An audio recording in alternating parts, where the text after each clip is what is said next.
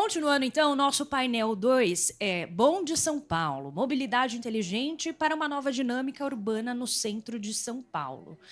Para me ajudar a construir toda essa história e debater esse assunto, tenho aqui comigo Pedro Fernandes, que é presidente da SP Urbanismo.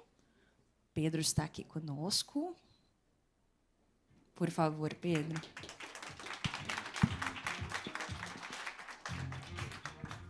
Caio Vinícius de Moura Luz, diretor de Planejamento de Transporte.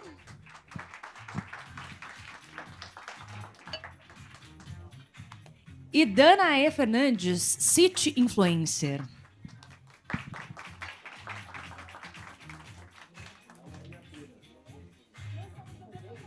Por favor, sentem-se, cuidado com o microfone, só que está aí na cadeira de vocês.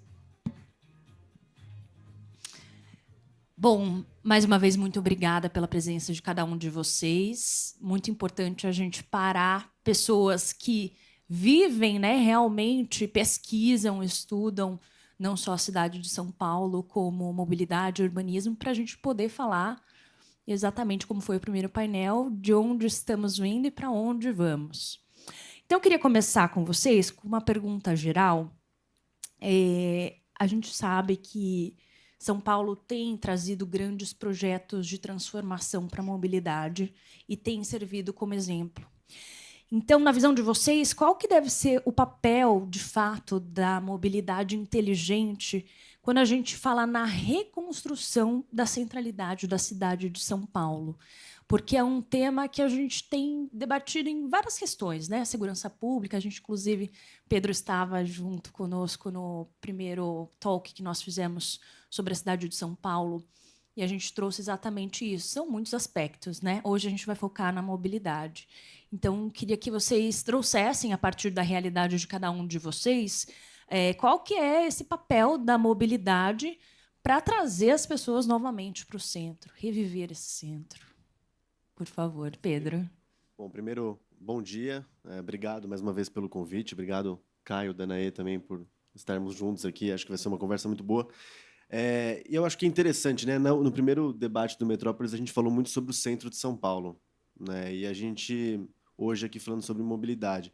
Acho que essa perspectiva intersetorial que o prefeito Ricardo Nunes e vários dos secretários, presidentes de empresa têm trazido, acho que é uma chave importante para a transformação do centro. Porque hoje a gente está olhando essa transformação nesse painel sob a perspectiva do transporte, da mobilidade. Mas a gente poderia ter uma abordagem também sobre a perspectiva da habitação, outro da segurança, outro do meio ambiente, drenagem. E para todas essas abordagens, a gente teria projetos distintos para apresentar. Eu acho que hoje o que a gente está apresentando aqui, você comentou do bonde, né, dessa retomada e da questão dessa integração entre mobilidade e desenvolvimento urbano, é uma resposta que cada lugar vai ter de maneira distinta, né? Então, você pega, por exemplo, a centralidade da Zona Sul reestruturada a partir de um projeto hidroviário. É uma inovação interessante que respondeu às realidades daquele lugar. E uma redefinição da centralidade, né? Redefinir o centro de São Paulo é olhar para uma característica histórica que a gente tem, de uma cidade que se construiu de maneira concêntrica, então que vários eixos diferentes da cidade ligavam até o centro. Isso caracterizou, historicamente, né, uma saturação grande de linhas e de muitas conexões no centro. O que a gente está redefinindo agora, cada vez mais integrados, mobilidade, urbanismo, é pensar a mobilidade desde que o usuário sai de casa ou que o usuário chega no trabalho, pensando na calçada como elemento de mobilidade e nessas integrações sempre como um aspecto crucial para melhorar as dinâmicas do centro. Uma vez que o centro tem muitas linhas concentradas, de fato tem muitas estações de metrô, da CPTM, redefinir o papel dessa centralidade a partir da perspectiva do pedestre que usa o transporte coletivo e aumentando o conforto, a experiência. Essa é uma chave que vai muito além da redução de tempo de deslocamento. É pensar realmente na valorização do patrimônio, na valorização dos parques, na valorização do pedestre como um elemento de transformação da área central. Caio, por favor. Bom dia a todos, bom dia a todas. Agradecer o convite. Valéria, eu queria só retomar aqui um pouquinho da minha história para falar um pouco dessa relevância das requalificações.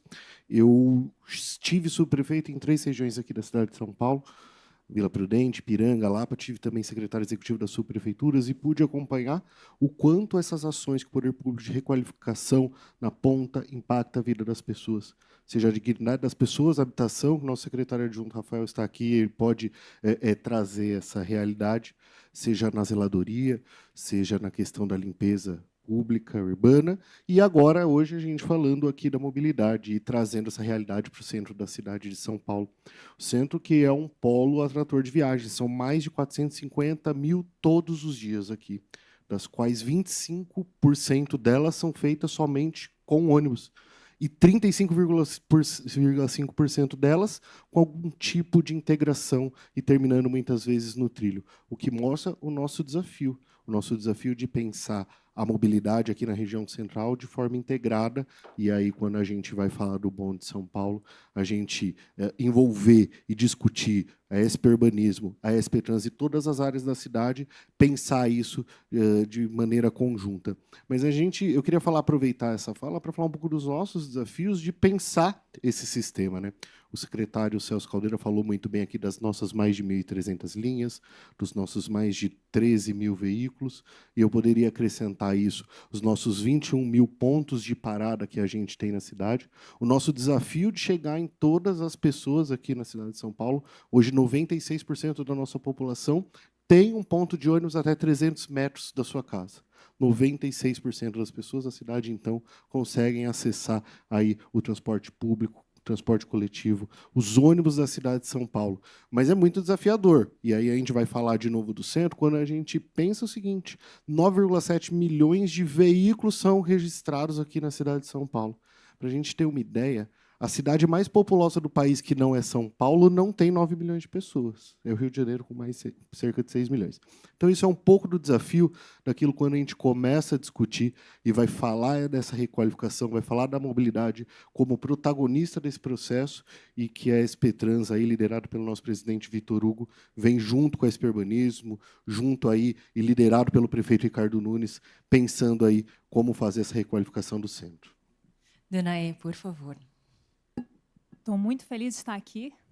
E, para mim, mobilidade inteligente é quando a gente consegue falar para qualquer cidadão: você cabe aqui. Você cabe com a sua bicicleta, com a sua bolsa de entregador. Você cabe com o carrinho do seu bebê, com a sua bengala. Quando você consegue algo que supre a necessidade de qualquer tipo de pessoa, a gente fala de mobilidade inteligente. Eu entrei em contato com esse projeto Bonde SP através do Rafael Castelo. Eu vi o pitch dele para os financiadores em Brasília. E quando eu olhei para aquilo, eu vi que tem uma janela de oportunidade se abrindo aqui em São Paulo para a gente fazer isso que o Pedro acabou de dizer: parar de enxergar projeto de mobilidade e começar a falar de ecossistema, que não é simplesmente colocar vários modos de transporte, modais, como a gente gosta de falar. É realmente pensar nessa mobilidade como um serviço, como algo que não tem pulos de um modo para outro. Como que a gente faz uma cidade que abraça todo mundo, independentemente do modo que ela quer usar. Porque, para mim, você não pode pedir para a pessoa ter carro para ela ter cidadania. A pessoa pode não ter acesso ao carro por uma questão financeira, mas você também pode dar para ela a opção dela não querer usar o carro. E o que eu acho lindo nesse projeto Bonde SP é que ele tem esses elementos. E ele tem elementos para ser vanguarda em Brasil. Perfeito. E, bom, aproveitando, então, já que vocês comentaram, Pedro, eu queria que você trouxesse, principalmente tem muita gente que nos acompanha online que não tem essa experiência do que é o centro de São Paulo, muitas vezes não teve contato. A gente fala centro velho, centro novo, né? Então, explica um pouquinho o que é esse projeto do Bonde São Paulo, qual o objetivo dele, o que ele interliga, enfim, traz um pouquinho aqui para a gente. Como eu falei antes, né, o projeto do Bonde de São Paulo ele é uma das principais estruturas dessa grande transformação que a gente está passando pelo centro. E, claro, a mobilidade, a forma de se deslocar pelo centro, né, do ponto de vista do tempo, do traçado, do conforto, da conexão com os outros modais, é um dos aspectos mais importantes, né? Então, com certeza, é um projeto estruturante para o centro para alavancar os objetivos maiores que a gente tem ali, que são principalmente atrair cada vez mais moradores e permanência para o centro, né? Então, quando a gente olha para as outras políticas urbanas que a gente tem desenvolvido na região, né, o crescimento bem acelerado do retrofit que tem acontecido, mais pessoas querendo morar, mais pessoas querendo empreender, a mudança que tem nas dinâmicas comerciais do centro, todas elas passam por essa palavra, permanência, né? Essa permanência ela está desde a forma como a gente desenha uma calçada para ser acessível para todo mundo, até um projeto como esse de melhorar, né, as dinâmicas de circulação.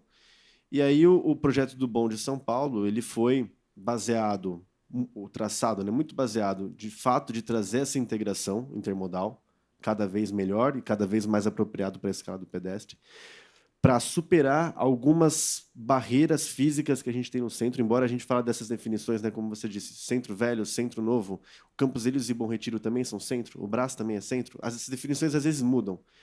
Independente da definição, a gente quis abraçar todas essas regiões, né? Então, essa interligação que a gente faz supera principalmente 3 barreiras do centro. Para quem não conhece, já ouviu falar muito provavelmente dessas 3. Uma delas é o corredor Norte-Sul, que divide, né, a partir do Vale do Anhangabaú, né? Nesse momento ele está sob o Vale do Anhangabaú, o que é o Centro Novo e o Centro Velho.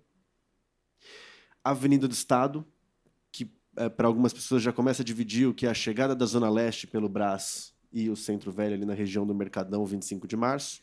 E uma outra barreira que é a ferrovia, que também divide bastante o que é o Bom Retiro dos Campos Elíseos. Então, quando o traçado ele articula ele supera essas 3 barreiras para o usuário, para o pedestre e para as diversas formas de conexão de mobilidade, a gente está, de fato, trazendo uma dinâmica muito mais integrada, que torna possível aquele cidadão que vem do extremo leste de São Paulo e chega no Parque Dom Pedro, chegar no Bom Retiro muito mais confortavelmente do que é hoje. Ou para quem vem da Zona Sul, chegar no Terminal Bandeira também ser possível um traçado até o Brás. Enfim, o centro passa a estar muito conectado, independente da definição que a gente tenha, né? Eu falei esses bairros que compõem o centro, eles passam a estar muito mais conectados e ancorados em uma política principal nossa, que é garantir a permanência e garantir uma diversidade de uso no centro, principalmente a partir do uso residencial, porque é esse uso que consegue fomentar usos mistos como o comércio, a farmácia, a padaria, o restaurante, aquilo que garante uma cidade com uso mais prolongado durante o dia, né? Não só no momento de trabalho, mas também no período noturno. Enfim, que seja uma cidade mais ativa, iluminada e claro, com os espaços públicos cada vez mais bem utilizados. Perfeito. Por Acho que favor, em complemento a isso, Pedro, a gente tem olhado juntos aí dentro dessa reconstrução e requalificação da região central, também para uma nova dinâmica que a gente vai ter na região a partir da chegada do centro administrativo do governo do estado, anunciado pelo governador Tarcísio de Freitas. Então, é natural que isso traga uma nova dinâmica, não só interna, né, então, dentro dessa movimentação dentro da região central, mas também dessa chegada de um público diferente que hoje está localizado lá na região do Palácio dos Bandeirantes, no Morumbi. Eu trabalhei muito tempo lá e sei como tem ali toda uma dinâmica ali de rotina, de eventos, de atividades que traz um público diferente, que eu tenho certeza que o Bom de São Paulo vai contribuir muito.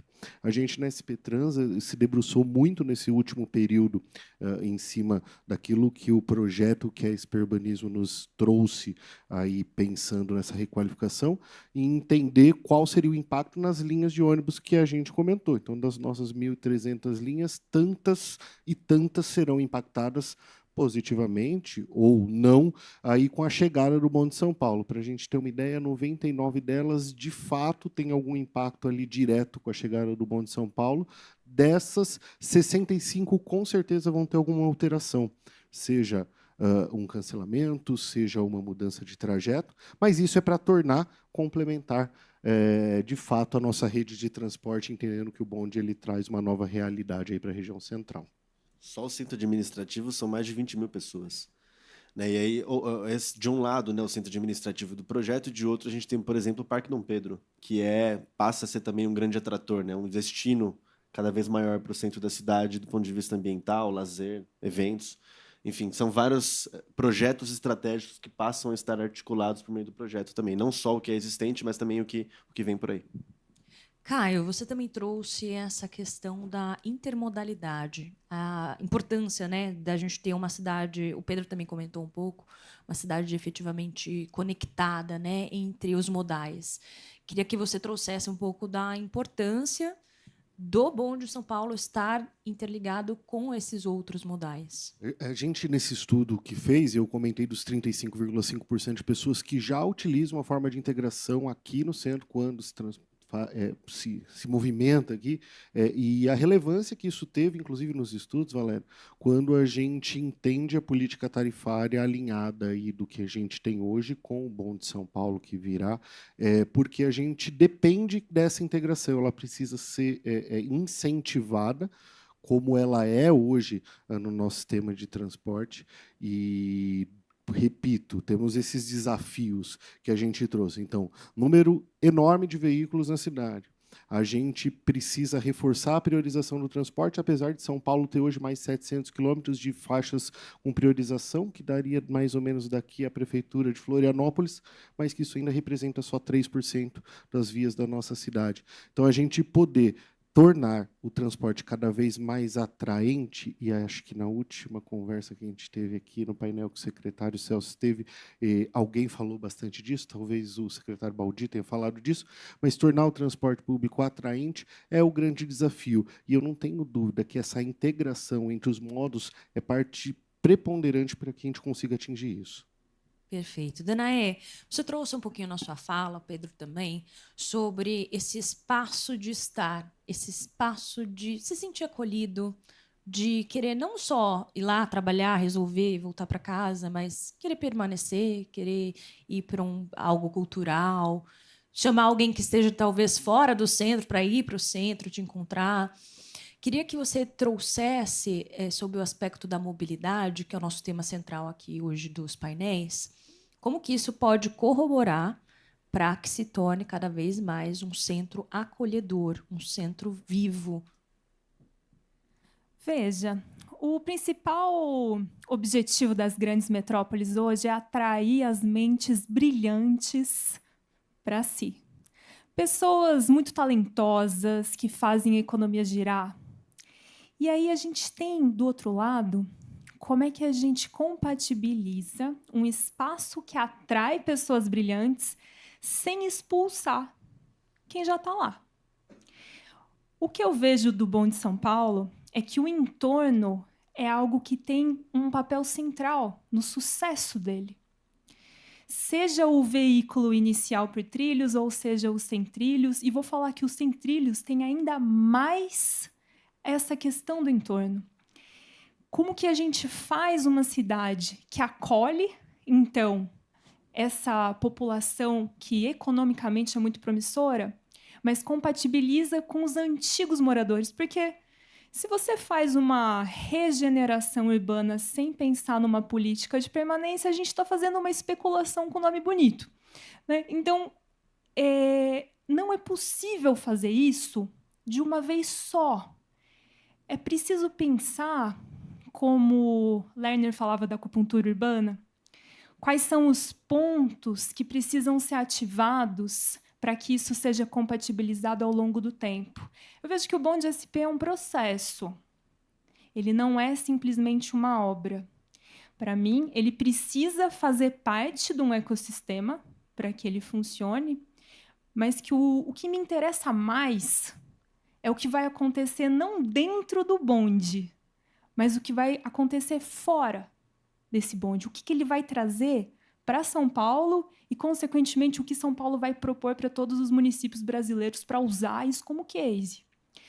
Então, eu vejo que, enquanto a gente fica falando só de um sistema de ônibus, como se ele fosse só uma linha, a gente não está dando outro dado de intermodalidade que eu adoro, que é 1 em cada 5 viagens de bicicleta compartilhada em São Paulo tem como destino o transporte coletivo, né? Então, já existe uma interface desses modos de transporte ativos, que a gente chama, com os coletivos, e que muitas vezes a gente está tão concentrado no sistema, o sistema ser muito bom, E a gente perde a questão da escala.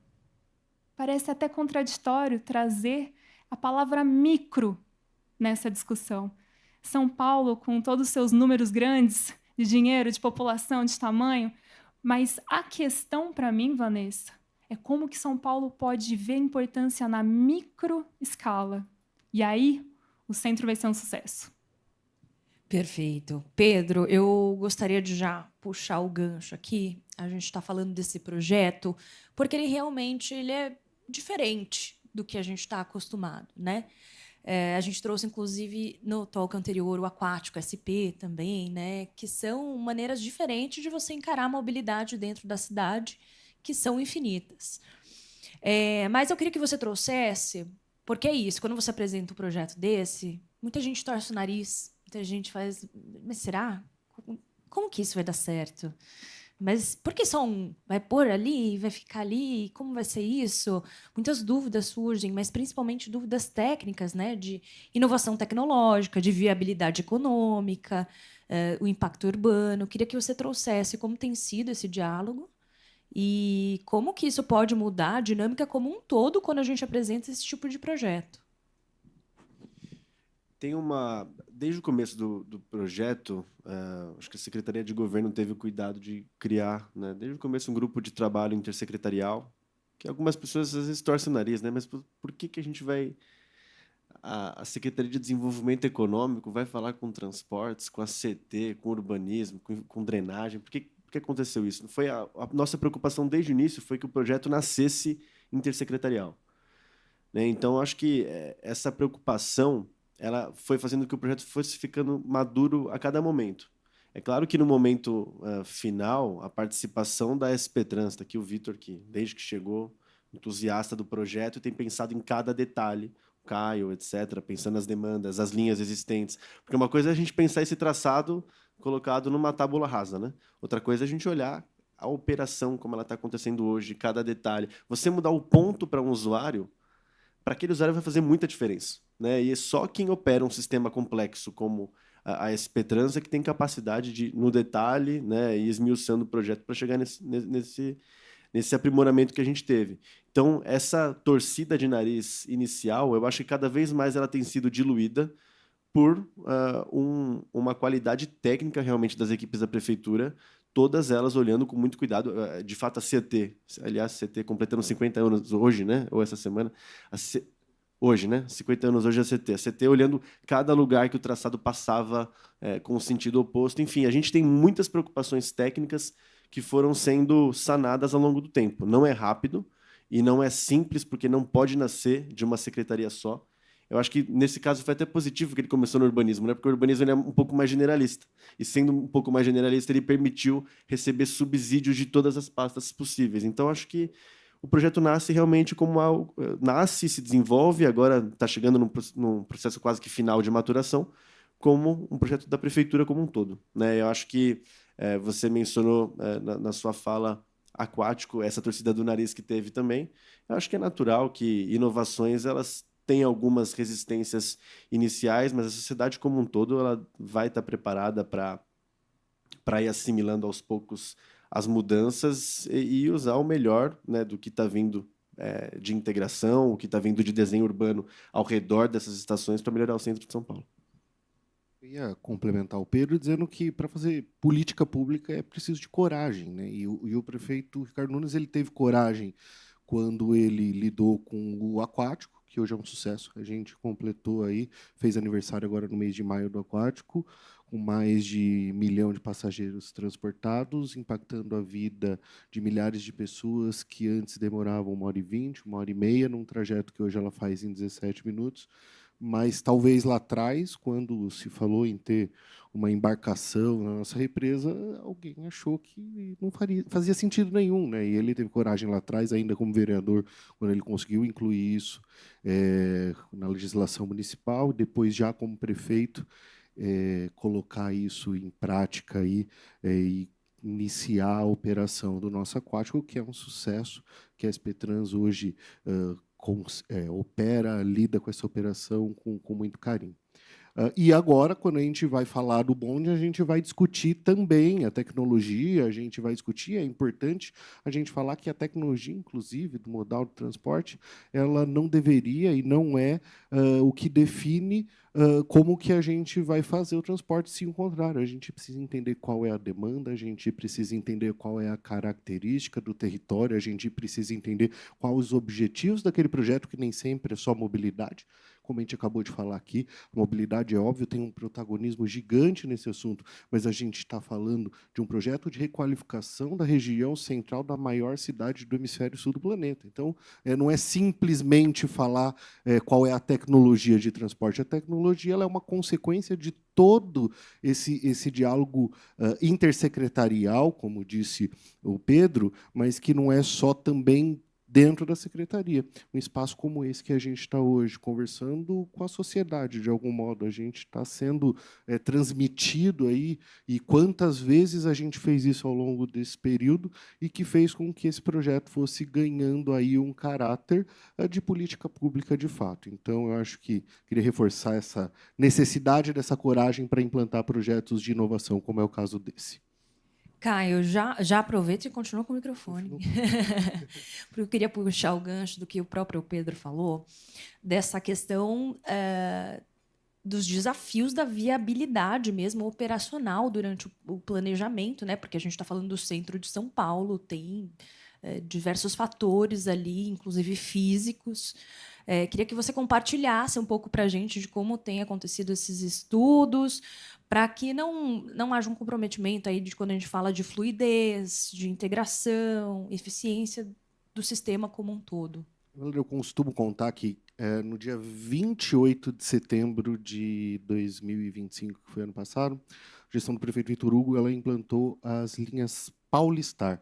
São 3 linhas que, aproveitando o sucesso do Domingão Tarifa Zero, que é uma política pública implementada aí em 2023 pelo prefeito Ricardo Nunes, e que vem dando certo, a gente aumentou em mais ou menos 30% a nossa demanda todos os domingos. Aproveitando, entendendo e pesquisando o resultado disso, a gente entendeu ali alguns pontos de maior desejo, de viagem que tem na cidade, e criou a linha Paulistar, então, a partir do dia 28 de setembro de 2025. Esse projeto foi anunciado na quinta-feira pelo prefeito Ricardo Nunes. No domingo, no primeiro dia de operação, a gente já não conseguiu operar exatamente no trajeto proposto, porque, por bem, estamos falando de uma cidade com 11 milhões de pessoas, 20 milhões de pessoas todos os dias passam por aqui, e é uma cidade dinâmica, que tem atividades, que tem evento, que tem manifestação, que tem festa, e que tem uma série de atividades, e que, naturalmente, isso impacta todos os dias na nossa mobilidade. Pedro falou aqui muito bem, quando a gente muda um ponto de ônibus de lugar, a gente está falando de 7,2 milhões de pessoas que todos os dias usam ônibus, e uma parte relevante delas com certeza usava aquele ponto de ônibus, e com certeza aquilo vai mudar a vida delas.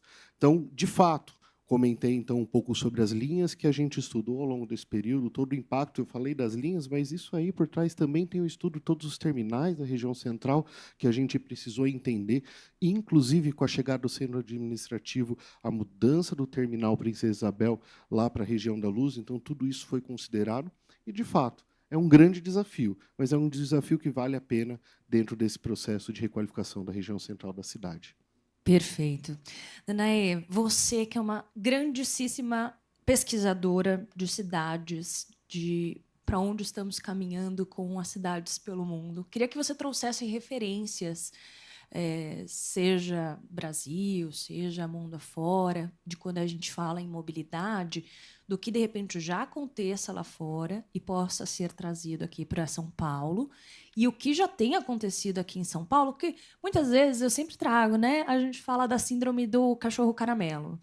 A gente fala, mas aqui no Brasil, não, lá fora é muito melhor, porque em tal lugar é muito melhor.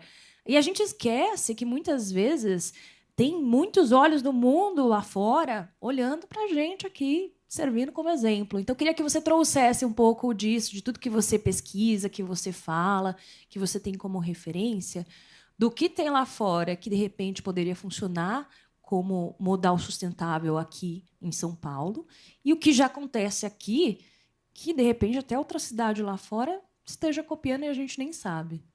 Eu tô dando risada porque o melhor metrô que eu já usei foi o de São Paulo.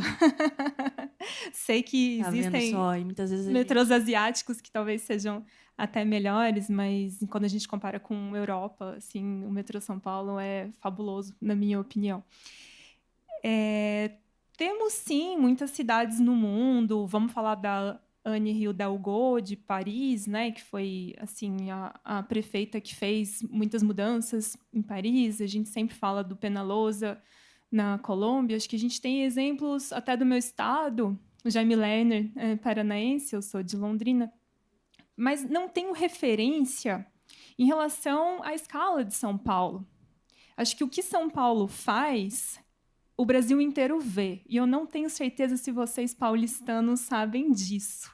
Mas quando eu trabalho com outros municípios e tem um problema de trânsito, de mobilidade, a primeira coisa que o gestor me pergunta é: como é que São Paulo resolve? E isso me dá muita alegria de estar debatendo aqui o Bonde SP, porque eu realmente acho que ele pode ser semeado como ideia em outros lugares do Brasil, se a gente pensar que talvez o bonde seja só um elemento e que a regeneração e essa visão inteligente de mobilidade numa área central seja a parte principal, que é o que a gente vê em outros centros urbanos que não necessariamente estão com o bonde. Mas, em relação à história, a narrativa que me atrai é que São Paulo, com seus bairros, foi puxada pelos bondes lá atrás, né? Mas esse bonde que a gente está falando aqui tem um desafio muito maior do que ampliar bairro ou lançar bairro novo.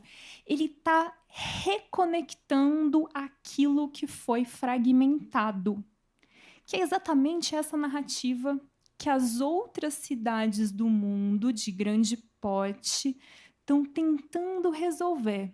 Então, eu acho que eu respondi a sua pergunta do avesso, Vanessa, me desculpa. Mas eu acho que eu tentei falar mais sobre o potencial de São Paulo se sobressair em relação a outras cidades do mundo do que o que a gente pode pegar dos outros. Acho que o jeitinho brasileiro tem futuro. A gente tem se esforçado aqui em São Paulo, né? Prefeito Ricardo Nunes, ó, tá suando a camisa, como a gente usa o termo aqui no Brasil, né? Porque realmente não é fácil. Porque a gente tá, como a gente tem trazido aqui, a gente está falando de mobilidade, mas é mobilidade, é urbanismo, é segurança, é habitação, é tudo junto e misturado com a cidade acontecendo. Não é um projeto ali parado. Pedro, eu queria saber de você. Claro, a gente vai passar ainda por uma fase de implementação, teste, né? Faz parte tudo isso. Mas queria entender se, na visão de vocês, é replicável isso, de repente, em outras porções da cidade, esse projeto? O que a gente pode esperar para além do que já foi apresentado?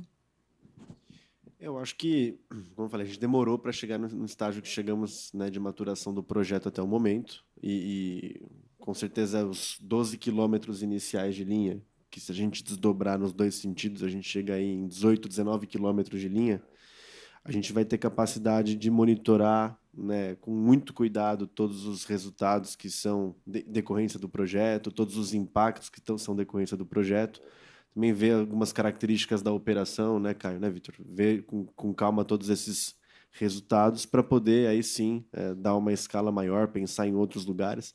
Esse, de fato, como ele foi pensado da região para a tecnologia, ele tem uma particularidade grande, né? Porque ele foi sempre de fora para dentro, né? E talvez quando a gente olha para a replicabilidade da tecnologia em si, a gente vai ter que pensar em cada uma dessas regiões e o que faz sentido de ser conectado para outros bairros, né? Mas acho que sempre a gente tem que correr agora para implementar o quanto antes, monitorar com muito cuidado, não só durante a operação, mas também antes da operação, né? Quais são os impactos da construção em si, quais são os impactos de alteração do restante do sistema e como isso pode ser usado como lição para uma expansão para outros bairros da cidade que tenham, que faça sentido, né? A gente ter uma mudança de modal conectado como esse está sendo colocado. Então, é realmente implementar, monitorar com muito cuidado para pensar uma expansão futura. Perfeito. Caio, quer complementar com alguma coisa? Eu acho que é exatamente isso, como o Pedro falou, como esse é um projeto que nasce de fora para dentro, né? A gente vai precisar entender também, acompanhar essa operação, e esse nível de maturação do projeto ele é único, né? Mas a Esperança tem uma série de ideias e de projetos pensando em novas tecnologias, novos modos de transporte, e que de fato eles virão aí em breve como novidades aí com o prefeito Ricardo Nunes e junto com a SP Urbanismo e com todas as secretarias para pensar novos atendimentos na cidade. Perfeito.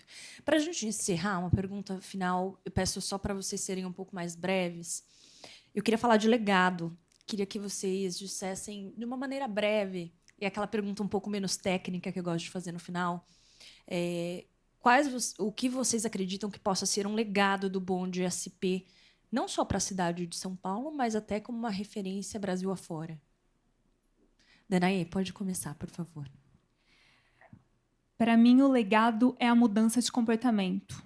Não é exatamente a obra, a foto bonita, mas o que ele vai causar nas ações das pessoas. Eu vejo que São Paulo está sempre muito na frente em várias coisas, já falei isso para vocês, esses arranjos, ônibus elétrico, as costuras público-privada.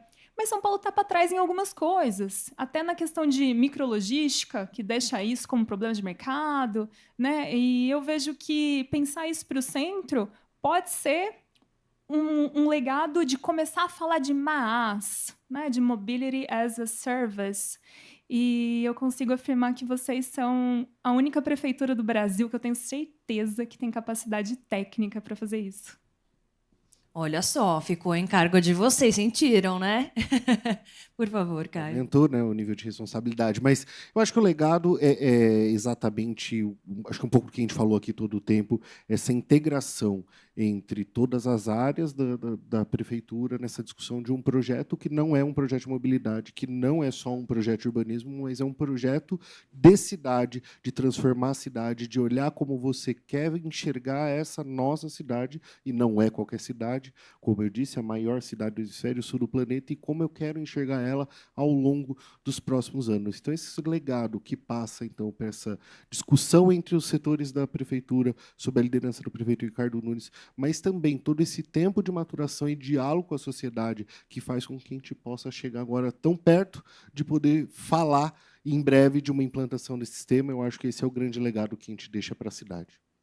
Perfeito. Pedro, por favor. Eu acho que o legado, eu vou pensar mais em uma cena desse legado do que, né, descrever ele em texto. Assim, eu acho que a gente pode ter como legado os museus do centro cada vez mais cheios, os parques, pensando no Parque Dom Pedro, né, o Parque da Luz, a Praça da República. Eu imagino que o legado seja esses espaços livres totalmente cheios de pessoas fazendo diversas atividades, como eu falei, os museus cheios. Quando a gente olhar para os prédios, imaginar as janelas todas acesas com mais gente morando, mais gente frequentando os espaços públicos, é isso. Eu acho que o grande legado vai ser uma transformação que tenha cada vez mais pessoas usando os espaços livres, convivendo, né, com usos diversos, e em que a permanência no centro seja um aspecto fundamental que garanta uma cidade cada vez mais viva e ativa. Acho que, no fundo, o que nós todos queremos é aquela sensação de eu moro em São Paulo. Ou então alguém que está fora vira e fala assim, eu vou para São Paulo. Eu acho que, no fundo, é essa sensação, né? Bom, vou fazer uma pergunta bem breve. Vou pedir também, por favor, que vocês sejam rápidos na resposta. Não precisam todos responder, tá? Fiquem à vontade. Que foi feita na nossa live, do Ayrton Pietro. Quais cidades no mundo começam a mostrar modelos mais inteligentes e integrados de mobilidade urbana no Brasil? O que elas têm em comum? Alguém tem essas referências aí? Acho que é bem parecido com a pergunta que eu fiz para a Danaê, né? Do que a gente pode... Você trouxe alguns nomes, né? Em Paris. No Brasil? Deixa eu começar, então. Pode. Acho que, além de São Paulo, e até nesse sentido do que a gente tem falado aqui, o Rio de Janeiro tem dado exemplos muito positivos, né? Terminais conectados, o novo terminal Gentileza está conectando VLT, BRT, eles estão pensando uma multiplicidade de modais que eu acho que é interessante, é uma referência para a gente também. Acho que elogiar o Rio é muito legal o que está acontecendo lá. Inclusive com o VLT na região central, que trouxe também um outro olhar. Mas eu só ia aproveitar essa fala para reforçar a fala da Danaê. Assim, o metrô de São Paulo, de fato, ele é, se não o melhor do mundo, mas se você colocar do ponto de vista operacional, regularidade, intervalo e a operação que presta. Então, a gente tem sim muito o que falar e o que exportar para o mundo. São Paulo hoje é referência em transporte de qualidade, eu não tenho dúvida. Isso porque hoje a gente ficou nesse painel só falando especificamente do Bonde São Paulo, né? Mas também numa outra oportunidade, né, Pedro, a gente trouxe falando da expansão das linhas do metrô que vão chegar aí em Paraisópolis, a importância disso, né? Enfim, gente, papo tá bom, mas infelizmente eu preciso encerrar. Muito obrigada pela presença de vocês. Obrigada a todos vocês que estão nos acompanhando aqui ao vivo, presencialmente. Obrigada a quem está online conosco. Continuem mandando suas perguntas e continuem por aqui, porque tem mais um painel. Então, eu conversei com o Pedro Fernandes, presidente da SP Urbanismo, Caio Vinícius de Moura Luz, diretor de Planejamento de Transporte, e Danaé Fernandes, City Influencer. Muito obrigada pela presença de vocês.